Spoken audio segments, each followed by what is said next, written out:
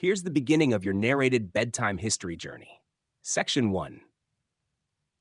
Hey guys, tonight we're stepping into a palace where the scent of jasmine powder lingers in the corridors, where silk rustles like whispers behind golden doors, and where not a single head of hair is real. You're walking into the world of Louis XIV, the Sun King, a man so powerful he could rewrite fashion just by losing a few strands on his scalp. The velvet is heavy on your shoulders. The mirrors in the Hall of Mirrors bounce candlelight off your powdered cheeks. And even though the marble floors are cool beneath your shoes, your head itches. Why? Because you're wearing a wig that weighs more than a newborn goat. And if you take it off, you'll be laughed out of the palace, possibly exiled to the countryside, and worst of all, you'll miss the nightly fountain show. This isn't just fashion. This is survival. You probably won't survive this. So, before you get comfortable, take a moment to like the video and subscribe, but only if you genuinely enjoy what I do here. And if you're still awake, I'd love to know, where are you listening from and what time is it right now? Now, dim the lights, maybe turn on a fan for that soft background hum, and let's ease into tonight's journey together. You step through the gilded gates of Versailles, feeling as if you've entered the world's most expensive dollhouse. Every surface gleams, every face is powdered, and every single person, man, woman, child, noble, or cook, seems to be wearing a wig. Not just any wig, mind you, but creations so intricate they could pass for architecture. One has braids shaped like a ship, another towers over its wearer like a wedding cake. And that one over there, are those birds nesting in it? There's a reason all of this exists, and that reason is standing at the center of it all. Louis XIV, the man who built Versailles, conquered nations, and practically invented the runway walk, all while hiding a rapidly receding hairline. The thing is, Louis wasn't just vain. He understood that appearance was power.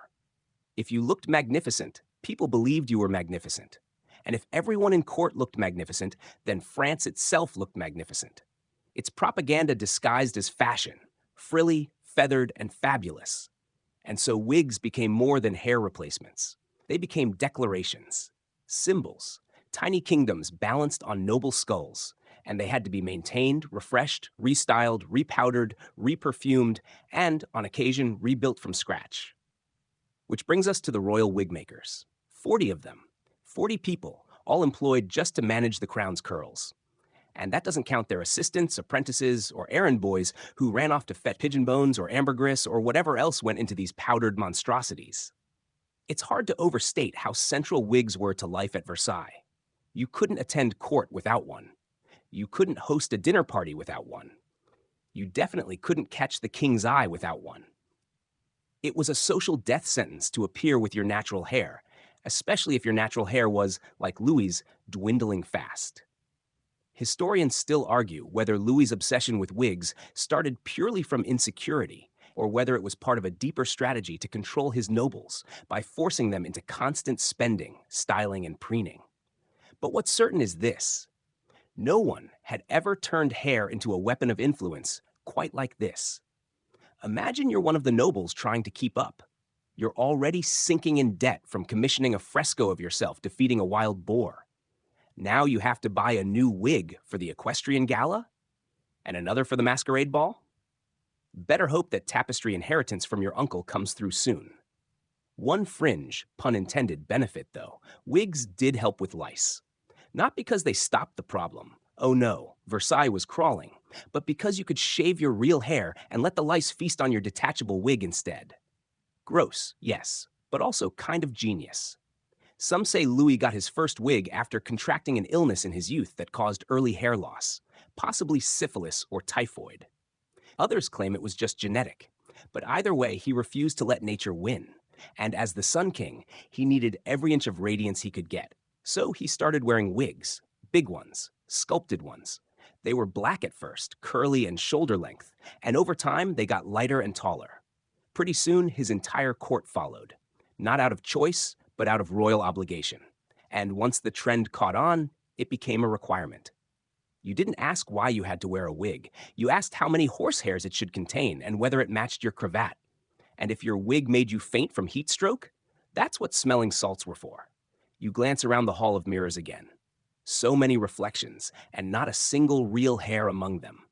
Beneath each powdered dome is a person desperately holding it all together, politically, financially, follicularly. And the king?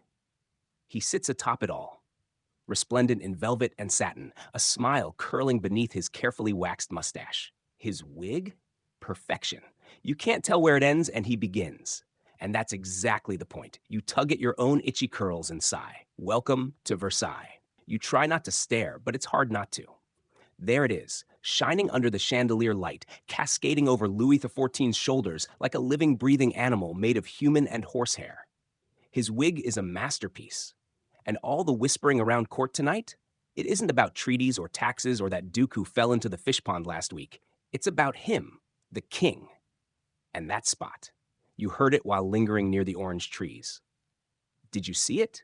A marquise whispered. I swear, right near the crown of his head. A patch. Another voice gasped. A bald spot, a flaw, a sign that perhaps, just perhaps, the Sun King's light was dimming. Of course, you didn't say a word. You just nodded along, eyes wide. Because if the king found out you were spreading rumors about his scalp, your next residence might be somewhere draftier, like the Bastille. Still, the panic was real. Louis XIV, the man who embodied power and perfection, was going bald. It wasn't uncommon. Men lost hair, even kings. But in the 17th century, image was everything. And when you've spent your entire reign branding yourself as Apollo in human form, there's no such thing as a natural look. This was more than vanity. It was a crisis. Historians still argue whether Louis's hair loss happened in a sudden wave or slowly over the years, perhaps starting in his teens. Some blame a childhood illness. Others point to the mercury-based treatments he endured for various ailments. What's clear is that by his 20s, the once thick, dark hair was thinning and fast. And so, a new era began. Not just for Louis, but for every noble who hoped to curry favor. The royal peruke, that's the fancy term for wig, became essential wear. No longer just an accessory, it was now political armor. You weren't merely covering a bald spot, you were proclaiming allegiance to the Sun King's golden image. But here's the rub. Wigs, especially the kind Louis required, didn't just appear overnight. They had to be ordered, crafted, fitted, styled, perfumed, and occasionally reinforced with wire. And because the king didn't just need one wig, he needed dozens. Tailored for different events and times of day, it meant he needed an army to manage it all. Enter the Wigmakers. Not just one or two, 40. That's not hyperbole. It's the literal number of specialists Louis kept on staff.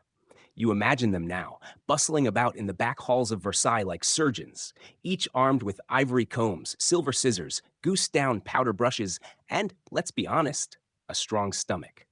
Each morning, the king's attendants woke him before sunrise. They fluffed his pillows, cleaned his chamber pot, and, after layers of undergarments, stockings, vests, and robes were fastened, ushered in the wig team. It wasn't just a matter of plopping something on his head. There were layers, straps, combs, sometimes glue, and the entire thing had to blend seamlessly into his persona. You can picture it, a wigmaker adjusting the curls just so, brushing a bit more powder into the sides to match Louis's aging complexion, giving the whole crown a firm tug to ensure it stayed during his ceremonial strut to the chapel. And remember, these weren't one-size-fits-all wigs. They were bespoke, crafted with obsessive detail. Some even had little pads inside to help with headaches from the sheer weight. Others had secret compartments for scent sachets or drops of lavender oil to keep away insects. Because yes, lice still found ways to party. One little-known fringe detail, pun fully intended, is that many of these wigs were made from women's hair. Often poor women who sold their locks for a handful of coins. In some villages, an entire economy sprang up around harvesting human hair for Versailles. Hair merchants would travel from town to town, snipping and collecting like grim stylists on a mission. The best hair came from young women who hadn't used oil or heat, thick, healthy, and ideally dark brown like Louis's original hair. Over time, as styles changed, powdered gray became the trend, because if the king did it, everyone else had to, even if it made them look 80. Because better to look old than out of fashion. Of course, fashion moved fast at Versailles. What was in this month might be mockable next month. And since the king's image was a matter of state pride, his wig had to evolve. Hence the need for 40 full-time artisans. Some handled only cleaning, others only curling. A few, the best of the best, specialized in blending, making a wig look like it wasn't a wig, which, let's be real, was almost impossible. Historians still debate whether Louis genuinely enjoyed the wig process or whether it was just another burden of monarchy. But one detail from his daily schedule, his famous lever, the public waking ceremony, suggests he understood the power of transformation. Watching him get dressed was like watching a god take form. And the final act? Always the wig. You feel for him, in a way. Beneath the wig, the powder, the golden robes, was a man probably tired of trying to keep up with his own legend. But there was no alternative. Without the hair, he was mortal. And mortals didn't rule France for 72 years. So, you adjust your own hairpiece in the mirror and nod. If Louis can do it, so can you. Just maybe not the one with the little stuffed parrot on top. Section 3. You're sweating. And it's not just the corset. The ballroom is a sea of powdered heads, bobbing in rhythm to a quartet's delicate strings, and every single person here is staring at your wig, or more precisely, at what your wig says about you. It's not big enough, or it's too big, or it's too last year's model with those limp curls and the outdated side rolls. Either way, you've been marked. Socially, visibly, tragically. At Versailles, your wig is your resume, your birth certificate, your credit score, and your political allegiance, all glued to your skull and lightly dusted in lavender starch. You sidestep a duchess whose towering pompadour nearly impales a passing servant. Her wig is exquisite, silvery and vast, but you know better than to envy it too closely. Because beneath that cloud of artifice, she's probably enduring what every noble does, the unbearable itch of powdered lice colonies. Yes, the parasites have made a comeback. Historians still argue whether wigs were really better than real hair when it came to hygiene.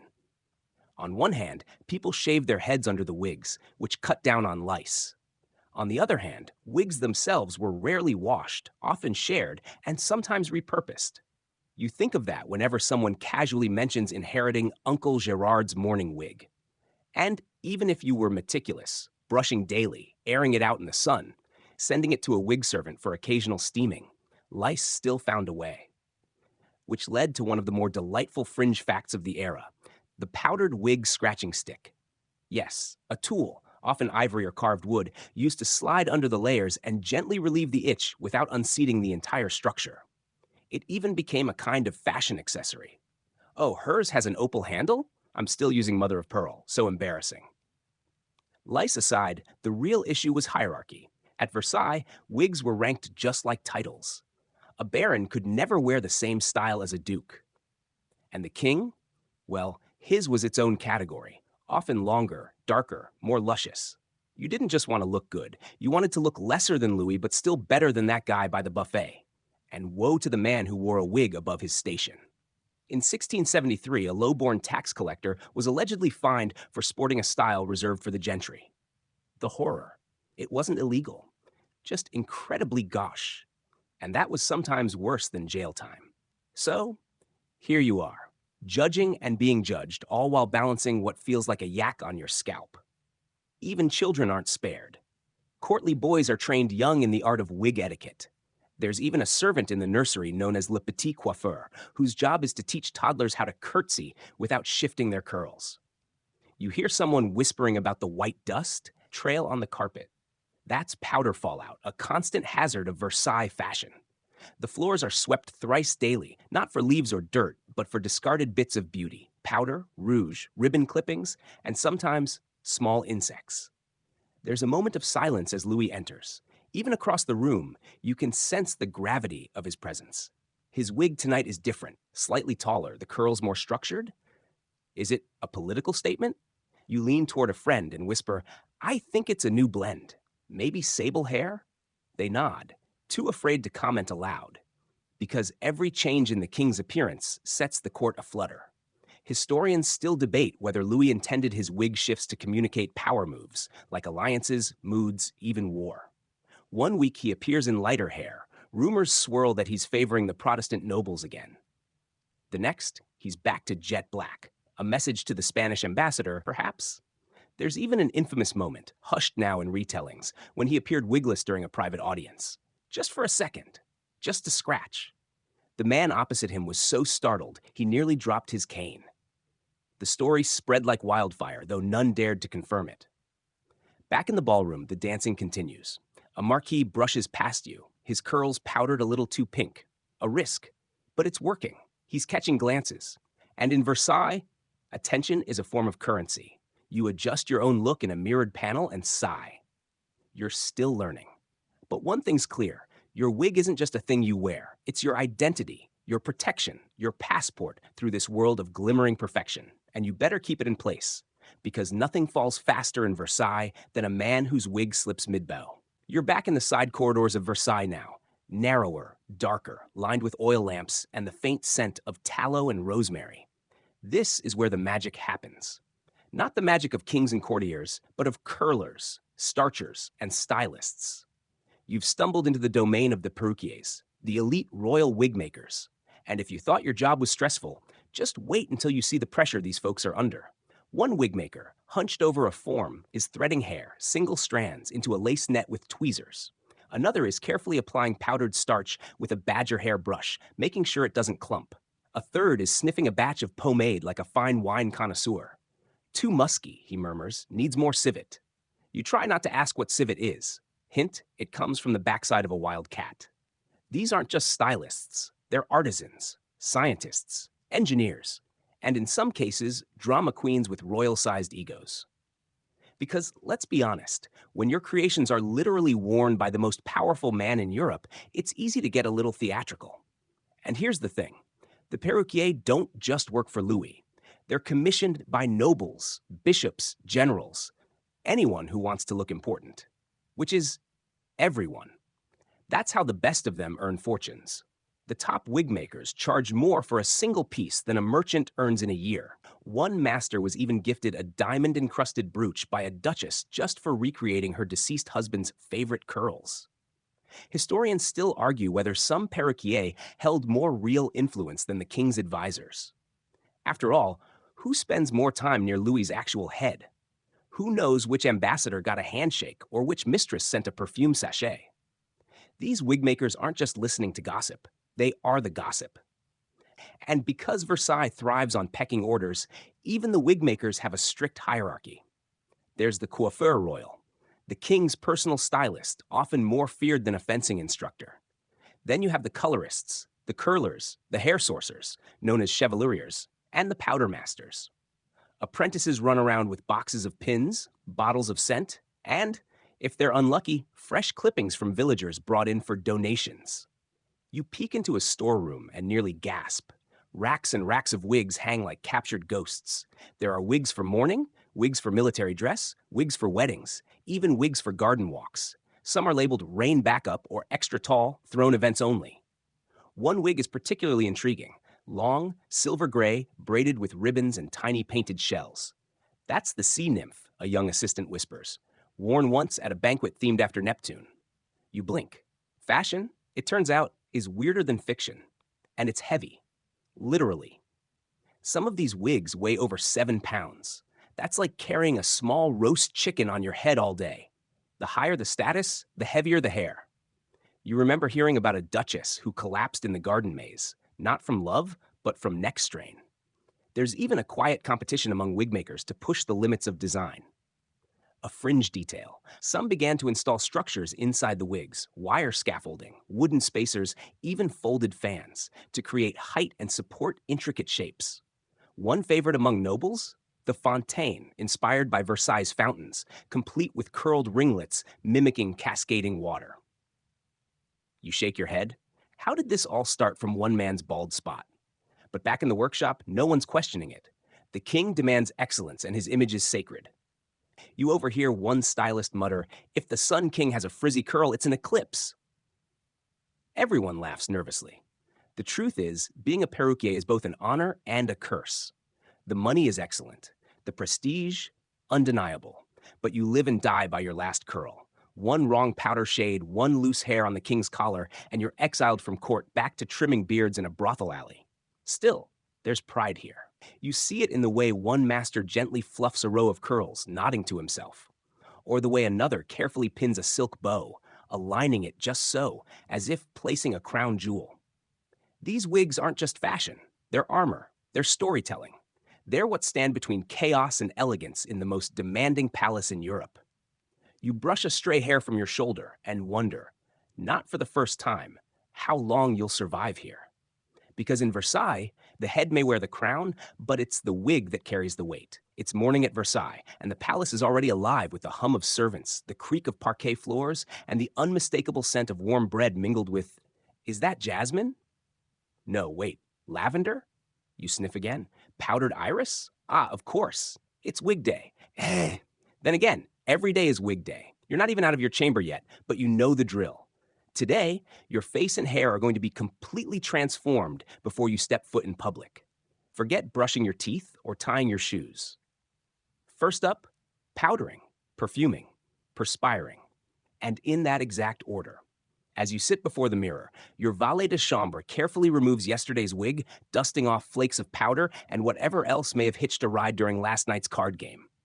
You try not to think about it. He begins to apply a pale pomade to your scalp, a greasy mix of bear fat and crushed herbs to help the new powder stick. And just like that, your nose begins to twitch. Historians still argue whether wig powdering was more about hygiene or aesthetics. Some say the powder helped cover up the smell of unwashed wigs.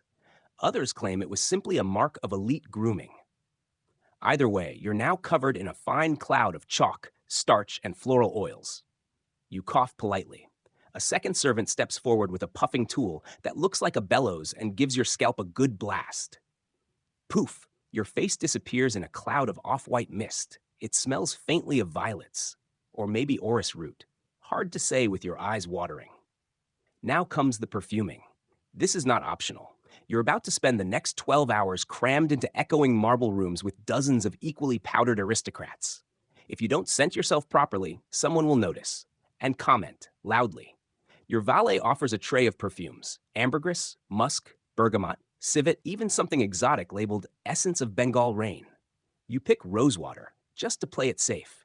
The valet nods and dabs a bit behind your ears. A third servant waves a scented fan to disperse the fragrance. You sneeze. And now comes the real ordeal, putting on the wig. It's still warm from the curling irons. The base is stiff, the curls are tight, and the sides tickle your ears in that maddening, delicate way. A bit of glue at the temples holds everything in place. The chin strap, you didn't know there was one? There is gently tucked into your collar. You glance in the mirror. There you are, transformed. You look like someone who eats soup out of silver and corrects Latin grammar for fun. Perfect. But the transformation doesn't end there. A little rouge on your cheeks, a touch of white lead to pale your complexion, and you're ready to go. You can practically hear the sound of your self-worth being inflated by 15 layers of artifice. You step into the corridor and nearly crash into another noble whose wig is identical to yours. Oh, no. You exchange awkward bows, both of you realizing that you've made the worst faux pas imaginable, wig twinning. One of you will have to go change. You opt for retreat, muttering something about sunlight variation. Back in your chamber, your valet sighs, reaches for a fresh option, and the whole process begins again. A quirky detail. Sometimes nobles would store different wigs for different times of day. Morning wigs were more casual, usually smaller, with less powder. Afternoon wigs were grander, wider at the sides, better for showing off at court. Evening wigs? Downright theatrical. Some even glowed under candlelight thanks to mica dust mixed in with the powder. Versailles was not for the subtle. And for women, the ritual was even more extreme. Wigs and hairstyles weren't just voluminous, they were sculptural. Entire dioramas lived up there, miniature gardens, ships in full sail. One lady wore a hairstyle shaped like a storm cloud to honor a lightning strike that narrowly missed her carriage. You couldn't make this up. It wasn't all glamour, of course. Powdering had its dark side. The fine dust coated everything: curtains, floors, furniture, and sometimes clogged the lungs. Servants often wore cloths over their mouths. Some nobles developed persistent coughs, dubbed the powder wheeze. And don't even ask what it did to the peacocks in the gardens. And yet, people endured it. They chose it. Why? Because looking good, no, looking flawless, meant you were relevant, powerful, worthy of favor. And in a palace where a single glance from the king could make or break your future, you powdered yourself and perspired without complaint. You tug at your collar, already damp with sweat, and wonder how long you'll last today before the powder starts to run. But as the bells toll and the court gathers, you square your shoulders and adjust your curls. Because the performance is about to begin, and every single strand on your head is part of the costume. You barely make it through the long gallery before you feel the weight settling in. Not the emotional weight of aristocratic life, though that's real too, but the physical weight of your wig. It's beginning to list slightly left, like a ship in troubled waters. You discreetly reach up to adjust it, pretending to scratch your ear. Crisis averted. For now. Welcome to the era of the towering wig wars, where size isn't just everything, it's the thing. You pause at a salon doorway to let a viscountess pass. Her wig? A veritable fortress. 3 tiers of powdered hair, topped with a tiny silk windmill that actually spins. You don't know whether to be impressed or terrified. At Versailles, fashion is battle, and the battlefield is your forehead. Historians still debate when exactly the size craze began. Some claim it was in the 1680s, when Louis XIV began favoring higher, fuller wigs to compensate for advancing age and thinning natural locks. Others think it stemmed from military influence. Helmets gave way to headpieces, and nobles wanted something just as imposing. Regardless, the result was unmistakable. Wigs grew taller, wider, fluffier, and more absurd by the season. Nobles strutted the halls like living wedding cakes. And you? You're realizing your current wig is practically humble in comparison. Embarrassing. Time for a fashion upgrade. You head to your perruquier, who greets you with a judgmental once-over. "We need volume," he murmurs. "Height, structure, presence." He reaches for his measuring sticks, eyeing your head like a master sculptor surveying a block of marble. The process is intense. First, a wire base is constructed, something akin to a birdcage. Then comes the layering: human hair, horsehair, sometimes even goat, all woven, stitched, curled, and fluffed. Then the powder, of course. A light misting of blue-gray this time, for contrast. The result? Magnificent. You're nearly a foot taller now. Walking through doorways is officially an act of courage. Sitting down comfortably, a distant memory. But as you glide into the afternoon promenade, heads turn. People whisper. A few even bow lower than usual. Victory. The wig wars are not just about aesthetics, they're tactical. Every curl and loop is a status signal. Wider wigs say you've got space, literal and social. Taller wigs say you're bold. Complicated braiding? That signals you've paid handsomely for a true master. Simpler styles? Sometimes they're fashion-forward, sometimes they're just lazy. The line is perilously thin. A fun and slightly horrifying fringe detail. One aristocrat's wig was so high it brushed against a chandelier and briefly caught fire. Luckily, the powder didn't ignite, or he might have gone up like a powdered bonfire. From then on, servants followed the more daring nobles with wet cloths and long poles to snuff out candles in advance. There's even a whispered tale of a noblewoman who got her wig stuck in a carriage doorway and simply refused to remove it. Instead, she had the doorframe disassembled around her. That's dedication, or madness. In Versailles, it's often both. You pause in front of a window to examine your reflection. Perfect curls, strategically visible ear to show off your new earring, and a powdered sheen that says, "I was born to own land I've never seen." You smile. It's a look that demands respect, or at least a decent seat at dinner. But not everyone's happy about this height race. Some older nobles have begun complaining about neck strain and migraines. The palace's carpenters are having to raise archways. And don't even ask how long the wig staff works, sometimes all night, just to keep up with the demands. Historians still argue whether this whole wig inflation was truly driven by Louis's fashion influence, or whether the court simply lost its collective mind. The king himself eventually reined in the excess, shifting toward more modest styles in later years. But by then, the damage had been done. Versailles had become a walking sculpture garden, heads floating on clouds of powder, barely tethered to the bodies below. Back in the salon, someone's wig tips too far during a curtsy and has to be caught by 2 footmen. No one laughs. This is a tragedy. The woman is escorted out like a fallen gladiator. Her social life? Probably ruined for at least a week. You sip your wine, carefully, from a straw. Wouldn't want to tilt your masterpiece. Your head is heavy, your scalp itches, and you can feel a slow trickle of sweat working its way down your temple. But you know better than to complain. Because here, In this palace of illusions, a taller wig means a taller place in the world, even if it means ducking through every doorway sideways for the rest of the evening. You've made it this far. Your curls are pristine, your powder is perfectly balanced between ethereal frost and mildly haunted bakery, and no one's dared question your fashion choices in hours. Not bad. But as you settle into the drawing room with your fellow courtiers and begin the evening's ritual of aimless flattery, you realize something deeper. These wigs don't just make you look important, they say something. Wigs in Versailles are political weapons. And now that you've cracked the code, you start to see it everywhere. The Marquis of Florensac has added more height to his curls lately. He's probably cozying up to the finance minister. And the Duchess of Rochefort? Her wig streaked with that rare silver powder, the one usually reserved for royal sympathizers. She's making a statement, loud and clear. Even your own wig speaks volumes. The slightly conservative cut, the light blue ribbon woven through the back, you're signaling discretion, loyalty, taste, subtle flex, but make it fashion. Because here's the truth, every curl hides a message. Historians still argue whether Louis XIV consciously orchestrated this hair-coded hierarchy or whether it evolved organically from the gravitational pull of his fashion dominance. But either way, the result is the same, a court that communicates through coils and ringlets. And nobody does it better than Louis himself. Today, for example, he's chosen his Sunrise Cascade wig. The color shifts subtly under the candlelight, and the layering is flawless. The symbolism isn't lost on anyone. It's a reminder that he's the dawn, the light, the reason the rest of you exist.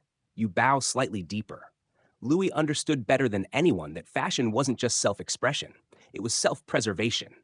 The nobles who mimicked him survived. Those who didn't faded into obscurity, or worse, provincial exile. There's a quirky, lesser-known tidbit about the king's messaging through wigs. At the height of his power, he reportedly had a special storm wig created, a darker, more austere design he wore only during moments of military tension or diplomatic standoff. A visual signal that said, France is not in a powdered mood today. Some ambassadors learned to read these styles like weather vanes. Ah, he's wearing the battle braid. We should cancel that trade demand. Fashion diplomacy at its finest. You notice a young noble enter the salon with a shockingly modern look, shorter, sleeker, almost English in its simplicity. Risky, but calculated. He's betting on future favor, trying to stand out in a sea of curls. Some scoff, others nod, impressed. He's either a genius or about to be demoted to serving wine. You've heard of entire fortunes made and lost over wig politics. A family friend once commissioned a brand new design, a triple-tiered powdered wonder, to show loyalty during the king's recovery from surgery. The wig was a hit. He was granted land, titles, and a marble bust. Unfortunately, a rival tried the same trick the following month with a similar design and was mocked for being 2 weeks late and half an inch short. He was never seen at court again. Last you heard, he breeds ducks near Dijon. Even Louis's enemies were forced to engage in wig diplomacy. When foreign royals visited Versailles, they had to wear appropriate styles or risk offending their host. One Italian prince supposedly brought 12 wigs for a 3-day stay, each one tailored to match Louis's morning mood. Did it help? No. Louis ignored him completely, but the wigs were magnificent. And then there's the matter of ribbons, feathers, jewels, all added to wigs for extra flair or symbolic resonance. A red ribbon might hint at military pride. A pearl-studded side part could mean mourning or marriage, depending on the symmetry. It's practically a language of its own. You glance around the room. Now that you're fluent, it's like seeing in color for the first time. The Count of Villeneuve's curls are looser than usual. He's signaling informality, perhaps testing the king's patience. The Baroness near the fireplace? Her lace veil is pinned precisely where royal loyalists usually place their mourning bands. She's mourning strategically. Your own stylist once told you a secret. Louis had decoy wigs created, alternate styles meant to throw courtiers off the scent when he wanted to test loyalties. One day he'd wear a disheveled piece to see who would dare comment. Those who mocked him too quickly? Gone. Those who stayed silent? Promoted. Those who praised it as bravely minimalist? Well, some of them became ministers. Historians still debate whether these tests were deliberate or just convenient side effects of a monarch with an ever-changing aesthetic. But either way, the court learned to read the wind in the hair. And the best part? Louis never explained himself. He never said what a ribbon meant. He never confirmed or denied the meaning of a braid twist. He just wore it. Let everyone guess. And in that guessing, they revealed more about themselves than he ever had to say. You shift in your seat, feeling the weight of your own wig. It's more than decoration now. It's a broadcast. And in a palace where the wrong word can ruin you, sometimes the only safe way to speak is through hair. You wake early, well, early by court standards, around mid-morning. A valet gently taps at your chamber door and whispers, "The king will ride today." That's your cue. Today isn't about candlelit salons or delicate dance postures. Today is about saddles, stirrups, and wigs that don't fall off mid-gallop. You tug on your riding boots, grab your lace gloves, and most importantly, make your way to the wig drawer. Yes, you have a drawer just for this. No one at Versailles has just one wig. That would be madness. You pick the one that's tied tightly with reinforced silk bands, a battle braid design meant for movement. It's not the prettiest, but it won't betray you mid-trot. You're about to see the transition from battlefield to ballroom, and it's hair-raising in every sense. Back in Louis's youth, before he became the full-blown Sun King, wigs had a more functional origin. Rumors swirled that he began wearing one around age 17 to cover up early balding, possibly from illness, possibly from stress. But the style didn't come out of nowhere. Soldiers had already begun experimenting with long hairpieces to protect their scalps from helmets and to intimidate enemies. The fuller the hair, the more powerful the warrior appeared, kind of like a lion's mane, but with powder and ribbons. So, wigs start as practical battlefield camouflage. Hide the baldness, look fierce, keep lice off your actual hair, all that. But Louis? He takes that rugged military aesthetic and drags it into the ballroom. Historians still argue whether Louis's battlefield wigs were truly inspired by martial needs or if he retrofitted the idea to glamorize his youth. Either way, once the king starts dancing in full war hair, the nobility follows. Because in Versailles, survival means imitation. You join the king's riding procession that morning. It's a splendid, slightly ridiculous affair. Velvet cloaks flap in the wind, horses snort, and sunlight catches the powdered curls of 20 men pretending they're off to conquer something. Probably just pheasants, if anything. Still, everyone wears their riding wigs with deadly seriousness. Louis's own riding wig today is a marvel. Thick, braided, dusted with gray powder to look wise, not old. It's tied at the back with crimson ribbons, the color of command. As you watch him canter forward, you realize he's managed to make something utterly absurd seem entirely natural. He wears theatrical hair with the solemnity of a general. There's a quirky historical tidbit you overheard from your perruquier once. Some of Louis's early wigs were booby-trapped. Not in the explosive sense, but they had hidden compartments for scented sachets, tiny jewels, even, allegedly, a small note or two from a mistress. No one could verify it, of course, but it made sense. After all, if you're wearing half a forest on your head, you might as well use the storage space. After the ride, everyone changes. It's time for the ballroom. Now that transition is an event unto itself. Servants help you out of your dust-coated riding wig and into something grander. Your midday leisure wig, trimmed with subtle gold threads, gets a quick powdering while you snack on grapes. Then for the evening, the main event, the ballroom wig. 3 tiers, carefully shaped like cascading fountains.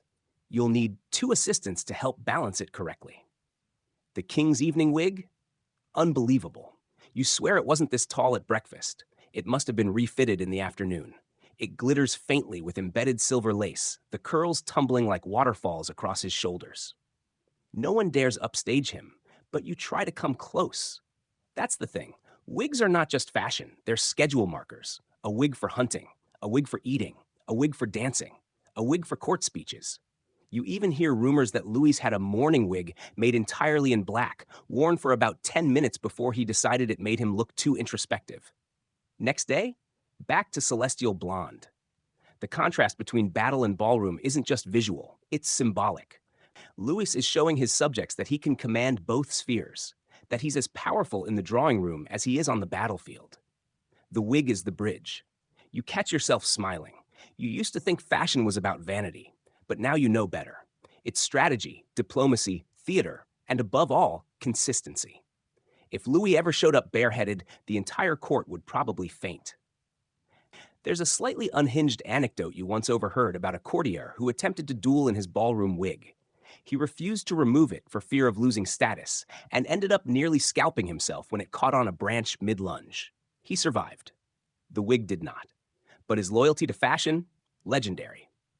Even military generals back in the capital start modeling their hairpieces after the king's. Eventually, French officers adopt wigs as part of their uniforms. Practical?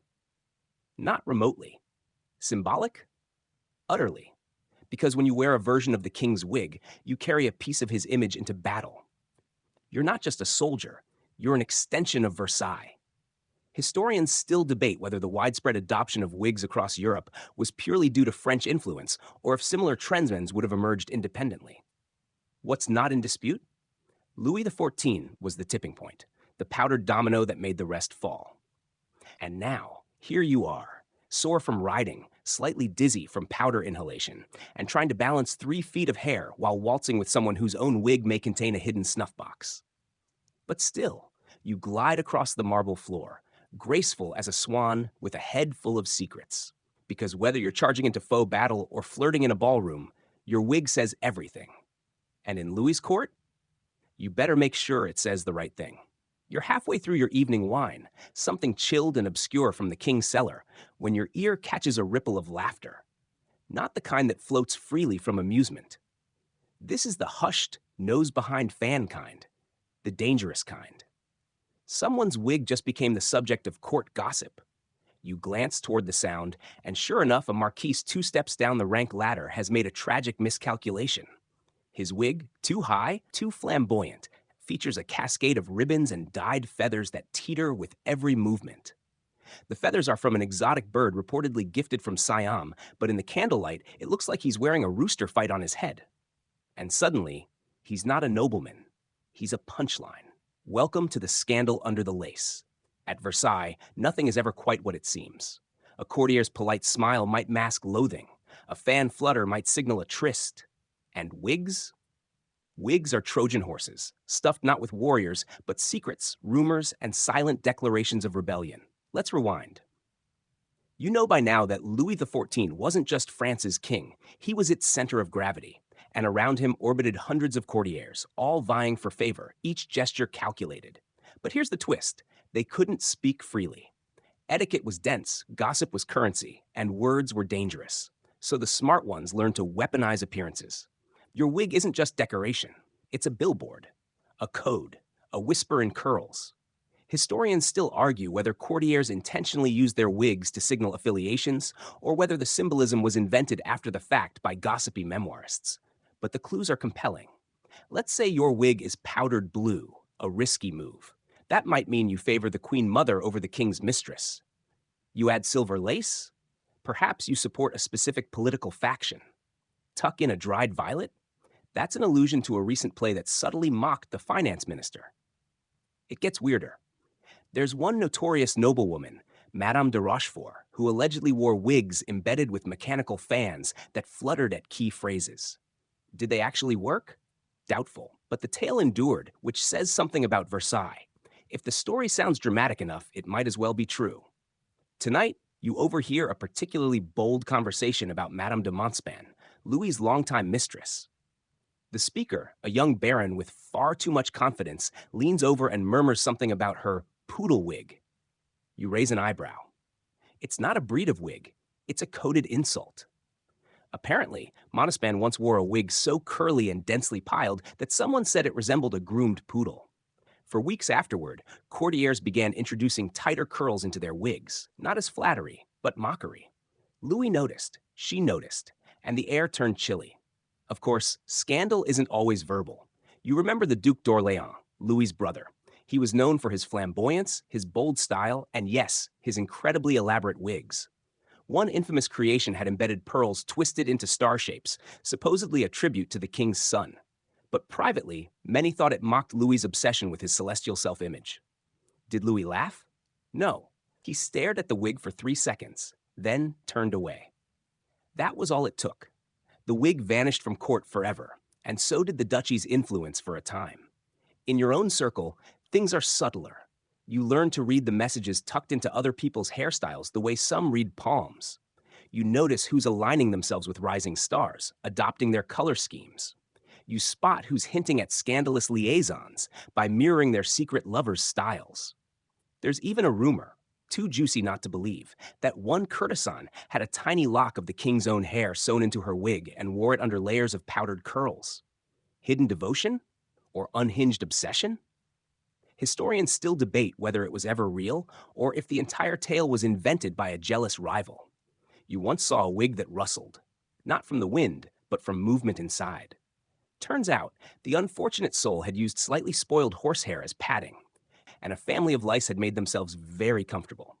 He left the room mid-minuet and didn't return. No one spoke of it. The next day, his hair was styled modestly short, court code for humiliated. And yet, everyone kept piling hair higher. Why? Because scandal, when subtle, is power. Wigs became the perfect delivery system for it. You couldn't send a message via letter without risking interception, but you could let your wig do the whispering. Feather angle, color hue, height aggression, curl frequency, even the scent could say something. Oh yes, scent. Wigs weren't just powdered, they were perfumed. Rosewater meant grace. Ambergris was wealth. But too much musk? That was practically shouting. I'm hiding something, or someone. People sniffed with intention. It wasn't rude, it was reconnaissance. You finish your wine, your own wig tonight? Carefully neutral. Ivory powder, soft curls, no symbols, because the last thing you want is to get caught in crossfire between rival salons. And yet, you wonder if you should add something. Just a touch. A pale yellow ribbon? Too much. A single lavender sprig? Perhaps. But that might suggest favor toward that minor poet who just published verses about royal taxes. Dangerous. You decide to keep it clean. No messages, no flirtations, just poise. Because in Versailles, it's not just the things you say or don't say. It's the secrets you wear right above your own head. And tonight's scandal might dance right past you or twirl you into its center. You wake up groggy, the faint scent of lavender and starch lingering on your pillow. But your wig? Nowhere to be found. That's not a problem. It's a crisis. Because today, you're scheduled to be seen. And at Versailles, being seen is everything. Not seen as in nodding hello while you pass someone in the corridor. No, this is a full theatrical debut, morning, noon, and night. A daily runway where your hair, your lace, and your smug restraint perform as loudly as a marching band. You don't just exist at court, you broadcast. Which brings us to the question you've been afraid to ask out loud. Why did Louis XIV need 40 wigmakers? The answer lies in the mirror. Not just yours, but the golden-framed one hanging in the king's suite, where he begins every day with 20 or so courtiers standing in a semicircle around his bed, watching him wake up. It's called the lever, and it's exactly as awkward as it sounds. From the very first yawn of sunlight, every part of Louis's image is a curated masterpiece. He doesn't even sneeze without flair, and the centerpiece of that image, literally crowning him, is his wig. But here's the thing. It's not just one wig. Not even close. Louis has dozens, each designed for different purposes. There are wigs for state ceremonies, wigs for hunting, wigs for dancing, wigs for mourning, and yes, even wigs for battle. Though battle in his case mostly meant posing triumphantly, while others did the actual fighting. Each wig has a name, a mood, and a battalion of stylists behind it. And when you've reached the point where a slight bend in your curls might suggest treason, you don't trust just anyone to handle your royal hair. That's why Louis had 40 wigmakers on call. Not 40 common barbers with a bucket of powder and some pins. No, these were elite artisans, part sculptor, part chemist, part priest of powdered fashion. They bore titles like Maître Perruquier du Roi and operated more like alchemists than stylists. One mixed essential oils from Persia to scent the royal scalp. Another specialized in pinning curls into mathematically perfect arcs. A third? Expert in dyeing horsehair to precisely match Louis's favorite silk drapes. Now imagine managing this squad of flamboyant geniuses. Their egos? Towering. Their skills? Unmatched. Their tempers? Volcanic. One was famously fired for powdering the king's wig too heavily during a hunting event. Louis sneezed, and a cloud of starch nearly caused a diplomatic incident. But let's be honest, this wasn't about vanity. Not entirely. It was about power. Every curl, every powdered layer screamed control. The Sun King had transformed his image into a kind of armor, Delicate, ornate, immovable, his wig became a throne you wore on your head. And the 40 wigmakers? They were the engineers of that illusion. Historians still debate whether Louis actually enjoyed the wigs or simply endured them as part of the image he constructed. Some letters hint that he found them tiresome. Others suggest he obsessively tracked how each wig performed under candlelight. Either way, the outcome was the same. No public appearance without hair perfection. And you? Well, you're stuck waiting in line for the sub-tier perruquier because you overslept. The difference between a top-tier wig and a mediocre one? About 3 social levels and 6 weeks of side-eye. The wrong curl can make your enemies think you've fallen out of favor. Too much powder? You're trying too hard. Not enough powder? You're mocking the king's standards. Today, you're aiming for the I'm effortlessly relevant look. Which is ironic, since you've been in this chair for over an hour, head tilted, scalp numbing from pins. Your wig maker is muttering in Italian, possibly insulting you, possibly praying to the gods of symmetry. Then, finally, it's time for the reveal. You stand slowly. The weight of the curls feels perfect, regal but not aggressive. The powder, almond-scented, suggests sophistication with just a hint of rebellion. You take a step toward the mirror and tilt your chin. Flawless. Your wigmaker exhales like he's just delivered a baby. And he sort of has. Because these wigs, they're living in a sense. Not literally, but close enough. They have moods. They have context. Some are filled with horsehair, others with human locks sourced, some say from prisoners. One scandal involved a shipment of wigs mistakenly made from English hair, causing an uproar. Was it treason? Was it fashion espionage? Historians still argue about the fallout. Back in court, you notice Louis gliding past. His wig today is an absolute beast, long, black, cascading in waves like an oil painting in motion. A subtle shimmer suggests crushed velvet powdering, though you know better. It's probably a blend of crushed lavender seeds and powdered seashells, expensive, rare, and absurdly beautiful. And yet, he looks tired. The weight of image, the daily pageantry, the 40 men wrestling with pomade and ego just for that single look, it's all for this moment. This glance. No one says it aloud, but everyone thinks it.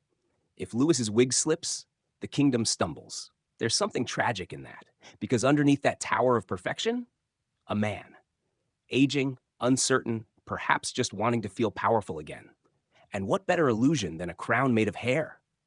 You adjust your own wig slightly and straighten your lace cuffs. The court swirls around you, a ballet of brocade and powdered dreams. You're in. Just don't forget your wig next time. You step out into the crisp morning air of Versailles, your wig secure, powdered, and perhaps more socially vital than your actual identity. But not everyone is basking in satin and starch. Out past the gilded gates and royal fountains, in the muddy villages and smoke-stained towns of France, something strange is happening. The peasants are watching. They peer at the fashions of Versailles from afar, through traveling merchants, illustrated pamphlets, whispered gossip from stable hands. And they're trying to make sense of it.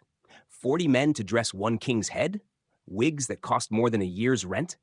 Court ladies with foot-tall hairpieces shaped like warships? It sounds like satire, and sometimes it is. But here's the twist. Mockery doesn't always stay mockery. Sometimes it turns into imitation. You're visiting a village outside Paris, just to the east, and you stop by a small inn. The stew smells suspiciously of boiled turnips, but what really catches your attention is the man behind the counter. On his head is what can only be described as a wig. Sort of. It's stringy, possibly made from old twine. The powder? Probably flour. But he's wearing it proudly, tilting his head just so, the way nobles do when they've just delivered a witty insult. "Good day, m'lord," he says, grinning. It's equal parts homage and parody. And you realize he's not the only one. The butcher's wife next door has piled her hair on top of a cabbage leaf form. A baker's apprentice is wearing a felt hat stuffed with straw to simulate volume. The peasants are copying court fashion, not out of loyalty, not out of understanding, but because Versailles is the show. And even when you're too poor to buy a ticket, you still want to feel part of the drama. Historians still argue whether this imitation was sincere or subversive. Were the villagers trying to be like the royals, or were they mocking them? Evidence points in both directions. Some communities held Versailles days, where everyone dressed up ridiculously. Others took the fashion seriously, crafting elaborate homemade perukes for festivals or weddings. And here's where it gets even weirder. In some towns, the village priest would wear a wig on Sunday, just like the king. He'd stride to the pulpit in robes and curls, as if divine inspiration required powdered hair. Children began sketching wigs into their drawings of saints. Even local criminals took part. One infamous highwayman was known for robbing nobles while wearing a massive fake wig made from sheep's wool and lamp soot. You wonder, was this the ripple effect Louis XIV wanted? From his gold-drenched throne room, he'd certainly hoped his image would project power. What he may not have expected was that power to turn into pantomime. Of course, not everyone was laughing. There were others who saw the wigs, the powder, the endless self-adornment as signs of rot. Intellectuals, merchants, and rural gentry began writing tracts critiquing the decadence of court life. One philosopher described wigs as a nest of vanity placed atop an empty skull. Another warned that a nation obsessed with curls would soon forget how to carry swords. Still, the wigs endured. In the provincial cities, Lyon, Bordeaux, Nantes, wealthier citizens began adopting scaled-down versions of court hair. These bourgeois wigs were shorter, simpler, often made of less exotic hair, and were still absurdly expensive for the average citizen. But they symbolized something crucial: aspiration.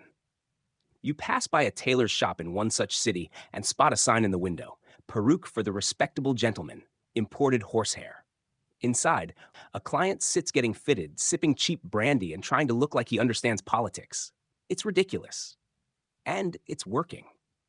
Because for all its absurdity, fashion is a kind of language, and wigs in this era are screaming. They say, "I belong." They say, "I can afford this." They say, "I'm not one of them." And for the peasants who can't even afford flour, let alone perfume, those messages sting. Satire gives them an outlet. Cartoons appear in underground pamphlets, showing nobles with wigs so large they must be carried by footmen. One caricature features a nobleman's head disappearing into curls so massive he mistakes a passing bird for his valet. You chuckle, but the court wouldn't. Because even as Versailles bathes in opulence, the mockery is growing bolder. You hear whispers, angrier ones now, about taxes, about food shortages, about a king who employs 40 wigmakers while families share one loaf of bread a week. But the wig game doesn't stop. In fact, the divide widens. At Versailles, hairstyles grow even more dramatic. In the countryside, the resentment grows to match. And yet, despite the distance, literal and metaphorical, something fascinating is happening. The peasants, the artisans, the innkeepers, they all know the names of the king's favorite wigmakers. They can describe the royal cascade style in detail. One local tavern even offers a drink called La Perruque Royale, a frothy, ridiculous mess of cream, sugar, and nutmeg served in a wooden bowl. Everyone is in on the joke, even when the joke is also a dream, and the dream is also a mask. You finish your drink, adjust your curls, and leave the village behind. But something stays with you. Maybe it's the sound of laughter as another man walks into the bar wearing what looks like a mop dipped in flour. Maybe it's the realization that Versailles has become so powerful. It's shaped the imagination of a nation, even the parts that want nothing to do with it. Or maybe it's the sense that a wig, once just a cover for baldness, has grown into something too big to control, too symbolic, too fragile. And when symbols crack, revolutions tend to slip through the gaps. You're back inside the palace now. It's golden mirrors, candlelit corridors, and marble staircases dazzling as ever. But your focus is elsewhere. Your wig feels off. It's drooping at the edge, smells faintly of mildew, and hold on. Was that a squeak? No, not from your shoe. From your wig. Welcome to the terrifying, absurd, and entirely real world of wig maintenance in the 17th century, a place where fashion collides with infestation, ritual, and some deeply questionable hygiene decisions. Because here's the secret no one at Versailles wants to talk about. Those fabulous wigs rot. You see, a wig isn't just hair. It's hair stitched to a base of fabric and thread, often horsehair, goat hair, or even human hair glued or sewn into linen caps. And once it's styled, powdered, and perfumed, it just sits there, gathering dust, absorbing sweat, attracting bugs, and occasionally hosting visitors. You remove your wig cautiously. Beneath it, heat, dampness, and the unmistakable scent of aging rosewater gone sour. One courtier calls it the aroma of ambition. Another says, if you don't smell like an old pastry, you're not doing it right. But there's a darker side to all this scented splendor. Wigs, especially those worn daily, could become veritable ecosystems. Lice were the least of it. Mites, fleas, and in rare horror stories, even small rodents have been said to burrow into the folds of seldom cleaned hairpieces left hanging overnight in musty rooms. One valet famously quit after discovering a nest inside a neglected peruke belonging to a minor noble. Historians still argue whether that story's true or simply a parable whispered by disgruntled servants, but the warnings were real enough that many wig wearers took precautions. You walk into the back rooms of Versailles and find one such precaution, a wig cage. It's a kind of hanging locker lined with netting, intended to protect expensive wigs from pests and damp. Inside, dozens of powdered masterpieces hang like sleeping bats, gently swaying as you pass. Some have names. Le Vainqueur, a towering piece worn during a military victory banquet. Le Ruisseau, styled to resemble a trickling brook. L'Orage, complete with tufts meant to resemble storm clouds. And they all require serious upkeep. Each morning, teams of wig attendants, yes, that's a real job, arrive with powders, combs, lye soap, perfumes, and tiny tools that resemble what modern dentists might use. They deconstruct the wigs, clean individual curls, repowder every inch, and sometimes even restyle entire sections if a feather or brooch has gone crooked. Powder itself is a messy business. Made of starch, sometimes tinted with crushed minerals or chalk, it cakes onto everything. Your skin, your clothes, your furniture. One flick of the comb, and suddenly the air fills with clouds of lavender-scented dust. The floors of Versailles are swept constantly, not just for crumbs, but for hair powder drifts like indoor snow. Servants wear masks to avoid coughing through the cleanup. You hear one mutter, "I joined to serve the king, not inhale flour." And the powder isn't just for looks. It helps absorb oils, masks smells, and adds volume. But it also mixes with sweat to create a grimy paste that hardens into little crusty ridges at the base of wigs. Some courtiers call it style cement. Others call it what it is, disgusting. So why not wash the wigs more often? Well, wigs are delicate. Soaking them too frequently damages the structure. Only the wealthiest nobles can afford weekly cleanings. Most settle for a full wash every few months, if that. The rest of the time, they rely on surface-level grooming, perfume, and strategic powdering. You pass one unfortunate young lord whose wig clearly hasn't been washed in weeks. It smells like old cheese and collapsed souffle. Still, he struts through the hall, chin high, heels tapping confidently, as if no one else notices. They do. One prank-loving noble decides to test the limits. He plants a crumb-soaked ribbon into a rival's wig before a ball. By midnight, the scent of baked bread and old cheese has attracted a mouse. A real one. Chaos ensues. The story becomes legend, and suddenly Versailles goes into pest control overdrive. Wig cleaning becomes political. To maintain order, wigmakers begin issuing cleaning certificates, small parchment notes confirming that your wig was serviced within the past 10 days. For high-level events, entrance might be denied without one. The king himself, always sensitive to appearances, orders his 40 wigmakers to develop a rotating sanitation schedule. Each wig is numbered, tagged, and rotated like fine china. You hear a steward mutter, "We treat these hairpieces better than half the staff." And yet, the obsession continues, because a clean, glorious wig still signals status. Even if it's heavy, hot, itchy, and possibly home to living things, you endure. You smile through the discomfort. You powder like your life depends on it. At court, appearance is everything. Even when you wake up with powder on your pillow. Even when your scalp feels like a battlefield of irritation. Even when the scent of decaying violets trails behind you like a ghost. Because to go without a wig, that's worse than discomfort. It's social suicide. Still, you can't help but wonder how long this can last. You pass a mirror and see yourself.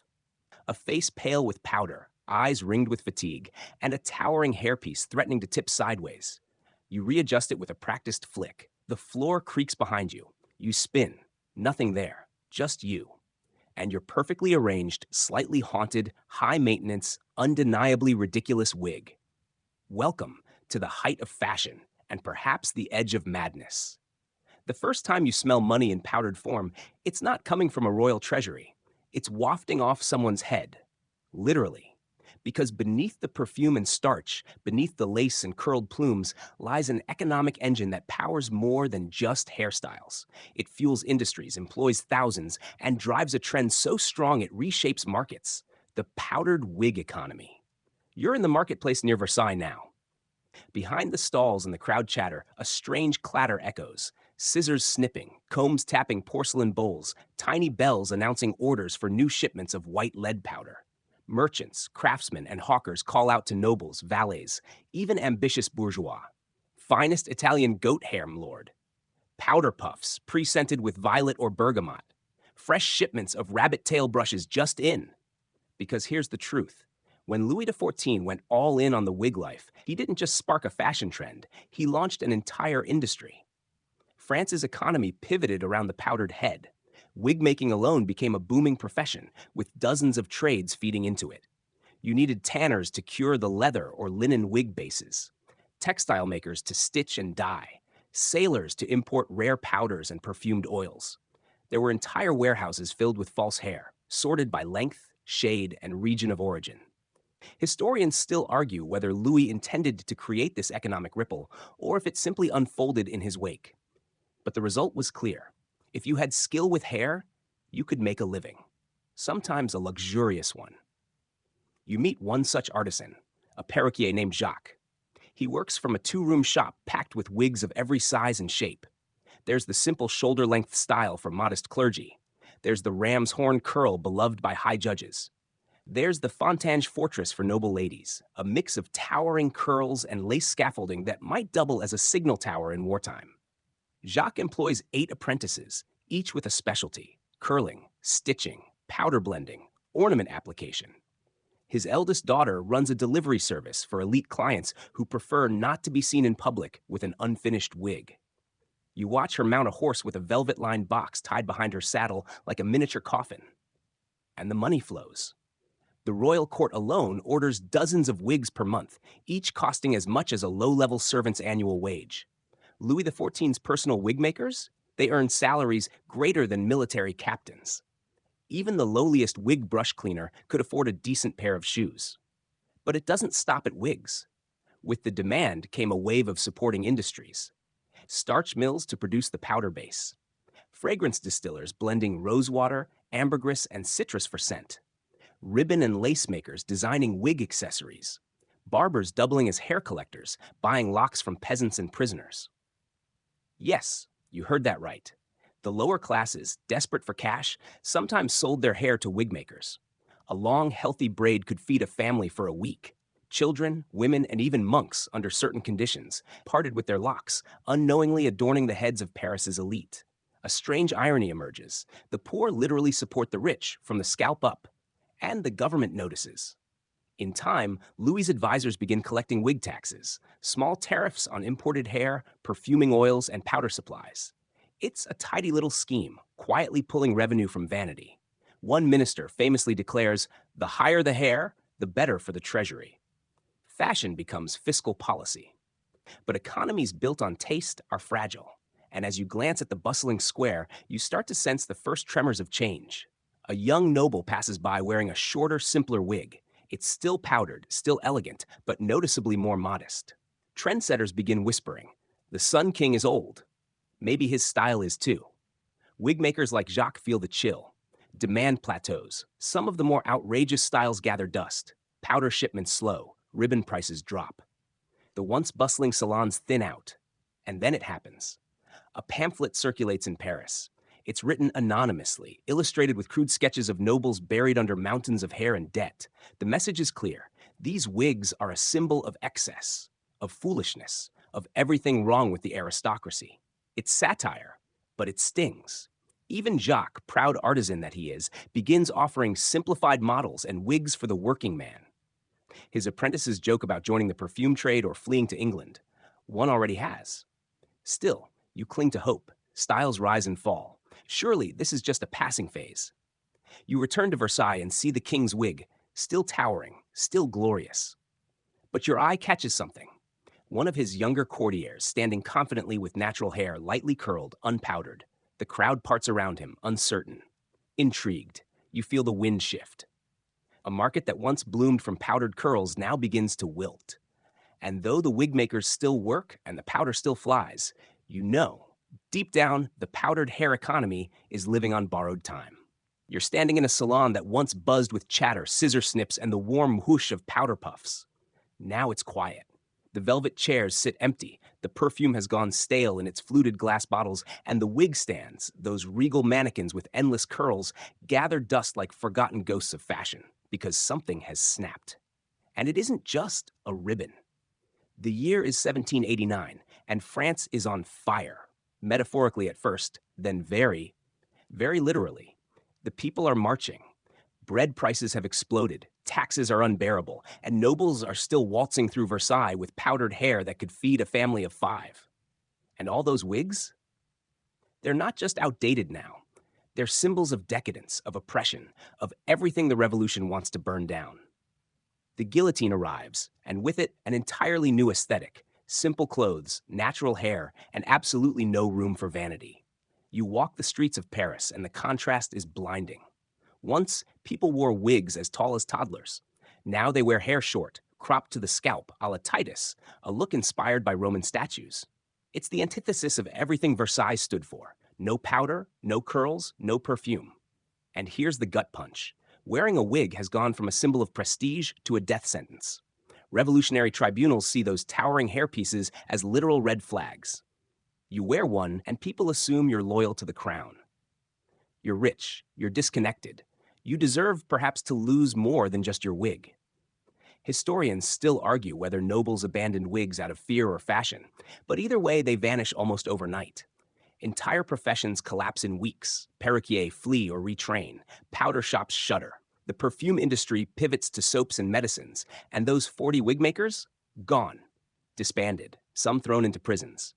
A few vanish into the countryside under false names. You meet one, barely recognizable.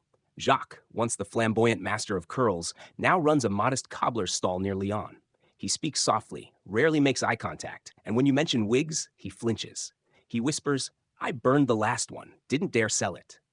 And in the ashes of the fashion that once powered France's elite, a new ideal takes root: equality. No powdered heads, no towering symbols of vanity.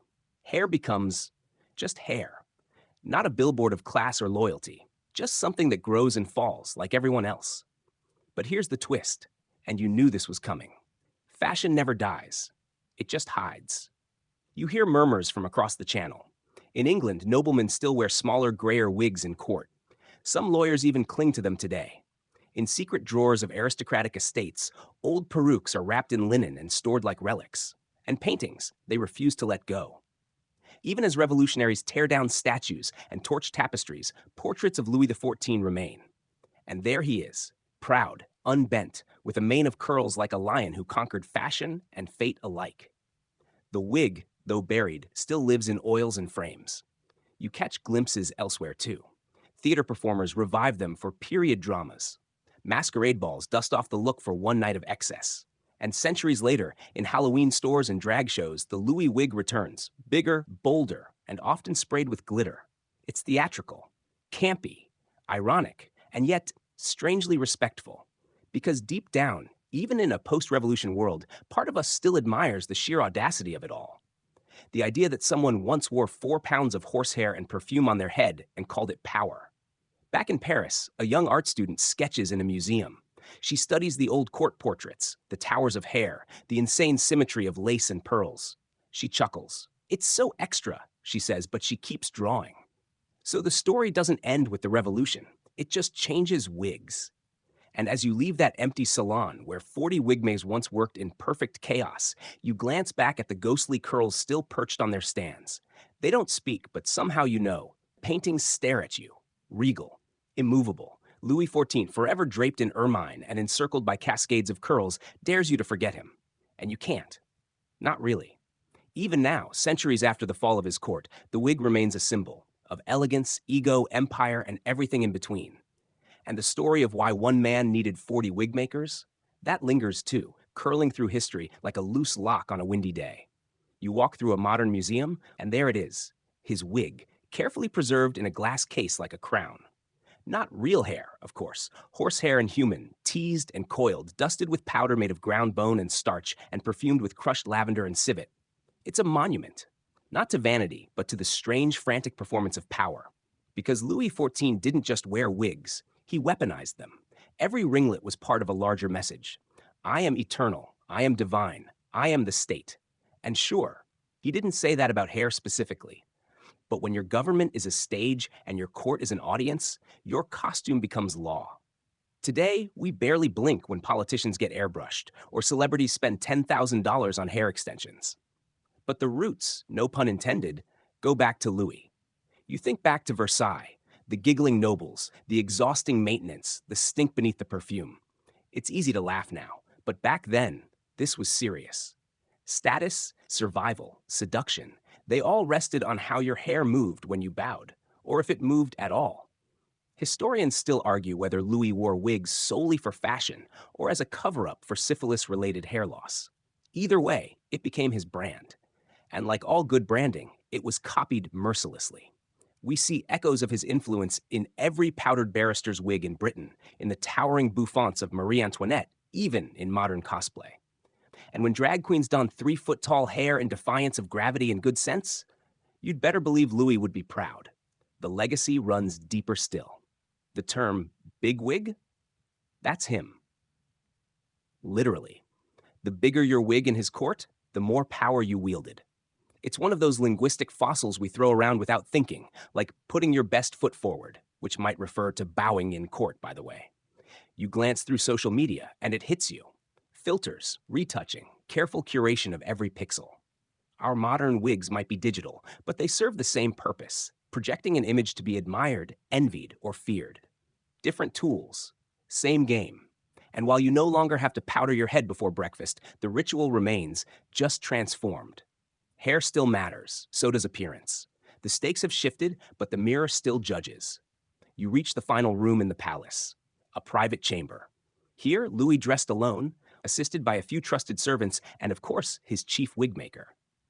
It's quiet now, but once this was the nerve center of fashion and authority. This is where a king became a god, one hairpin at a time. There's something funny about it, isn't there?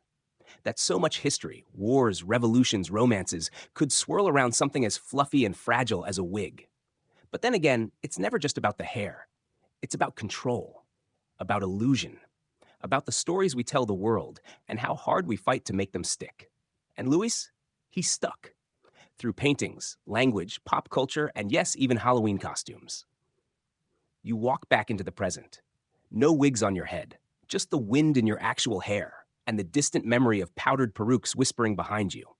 But if you listen carefully, you might still hear the rustle of lace, the crackle of powder, and a voice, soft, imperious, murmuring, "I am the state." And suddenly, you kind of miss the wigs. Wind downwards. Now take a deep breath. Let go of the powdered chaos of Versailles and that endless line of wigmakers. Let your shoulders sink just a little lower. There's no more ceremony here. No more heavy curls or towering hair to balance. Just you, the quiet, and a gentle fade into stillness. Let your mind drift, not back to the rattling carriages or the chatter of nobles, but to a quieter place. Picture soft evening light filtering through gauzy curtains, the scent of lavender in the air, real this time, not powdered, and a fire crackling low in a hearth nearby. Outside, the world spins on. Styles change, kings rise and fall, but inside, it's calm. You've walked through gilded halls, survived the weight of 4-pound wigs, dodged courtly scandal, and maybe learned a little more about how fashion shaped history. And now, there's nowhere you need to be, no image you have to uphold, no curl left to pin into place. Just rest. You did well. Close your eyes if you haven't already. Let each breath slow you down, like pages of an old book fluttering shut. And remember, no matter how tall the wig, how thick the powder, how dazzling the image, we're all just people underneath it all. Sleep well, dream softly, and I'll see you next time.